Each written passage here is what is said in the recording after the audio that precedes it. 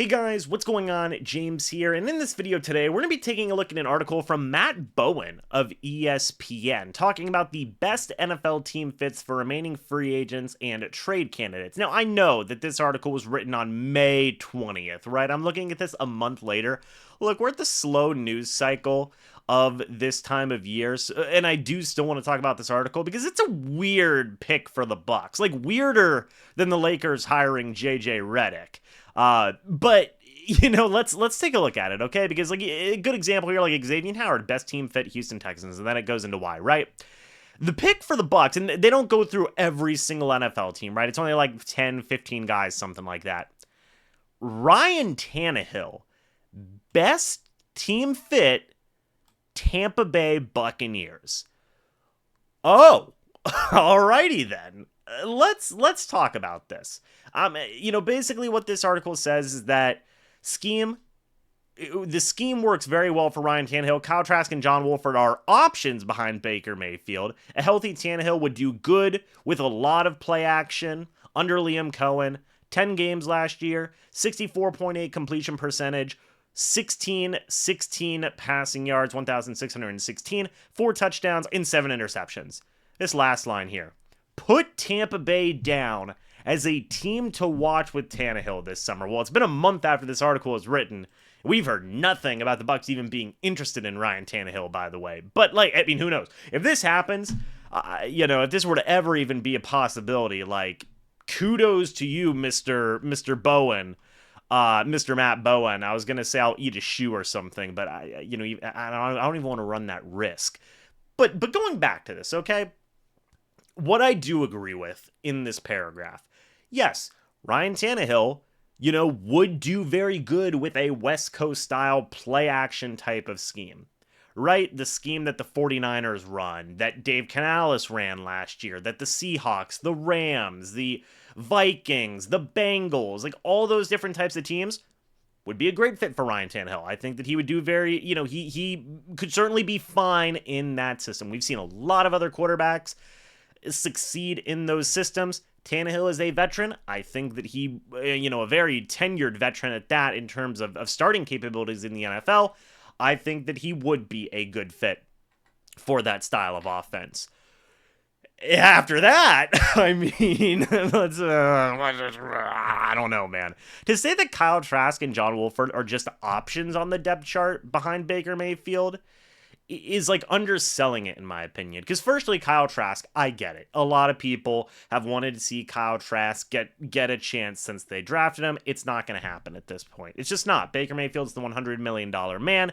He's your starting quarterback. End of discussion. Kyle Trask, very possibly going to be looking for a new team after this upcoming season.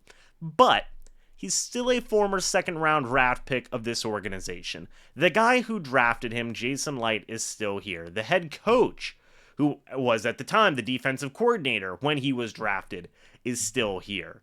The guy who was the head coach, and Bruce Arians, still has some type of a role in the organization. I was a fan of Kyle Trask as well. I don't see Trask going anywhere. I don't think it's just just sign Ryan Tannehill and cut Kyle Trask. I just don't see that happening. Trask has been a backup quarterback for the Bucs now for 3 years, going into year number 4 as a backup.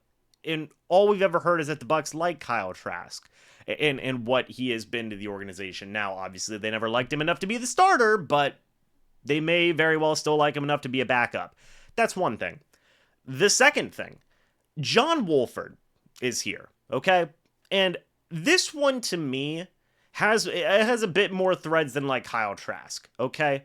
Reason for that is because John Wolford has connections with new offensive coordinator Liam Cohen, much like Baker Mayfield, which Kyle Trask doesn't even have. Yes, Kyle Trask has the pedigree of being a former second-round draft pick, but he has less threads than John Wolford. John Wolford worked with Liam Cohen and that Rams staff a few years ago, whenever Baker Mayfield was there a couple of seasons ago, which is the entire reason as to why the Bucs brought Liam Cohen to the Bucs to begin with, was his past experience working with Baker Mayfield. You know who else was there with Baker Mayfield and Liam Cohen? John Wolford, Who's going to help this new offense be installed? Who's going to help Baker Mayfield and Kyle Trask and some of these quarterback options learn this offense as the offseason progresses? Like, it wouldn't even, this is going to sound crazy. Maybe it's a hot take, just based on how you think of Kyle Trask. Like, it wouldn't really surprise me if John Wolford was like the backup quarterback instead of Kyle Trask at this point, because of his connections to Liam Cohen, because of his experience with Liam Cohen, the head of the offensive coaching staff now. I will say, Ryan Tannehill is a veteran. He's been around the league for a long, long time. He was a backup in Tennessee, which eventually led to him being a starter, and he was very productive with the Tennessee Titans. But, like, it just doesn't seem like a fit here. Yes, you can say that, like, well, you know, he'd be good in this scheme. You'd say the same exact thing for the Seattle Seahawks, the LA Rams, the San Francisco 49ers. I've got a list of teams up here on my wall that I'm looking at. Like, the Bengals, the Chargers, the Broncos, like, there's a lot of teams that Tannehill could go to that would make a bit more sense here than the Bucs, in my opinion. And that isn't even to say that, like, Kyle Trask and John Wolford are the best backup quarterbacks in the league. I do believe that Ryan Tannehill is a more talented passer than Trask and Wolford, okay? I do. It just doesn't seem like a big fit for me. You know, it just seems like it'd be a really crowded quarterback room at that point. It wouldn't surprise me at all if the Bucs just keep with Mayfield, Trask, and Wolford. And that's just what they go with. They have 3 quarterbacks. Maybe you get rid of Wolford or put Wolford on the practice squad, and just have Mayfield and Trask. But, like, adding Tannehill would just, it'd be a lot. It'd be a lot to handle in that quarterback room. So, like, very weird option, man. Very weird option. But I did want to talk about it in this video. What do you guys think? Let me know. I saw this and I was just like, what? And I knew I wanted to make a video about it after I saw it a couple of weeks ago. So let me know your guys' thoughts and opinions. I would love to hear it. Thank you guys so much for watching this video. I hope you all enjoyed. And what do you think about Ryan Tannehill as a potential fit with the Tampa Bay Buccaneers? I'm not even saying that Ryan Tannehill is a bad guy or a bad player, I guess I should say, but, like, you know, unless he wanted to come in for, like, the veteran minimum, which at this point maybe he would. You know, it's like, nah.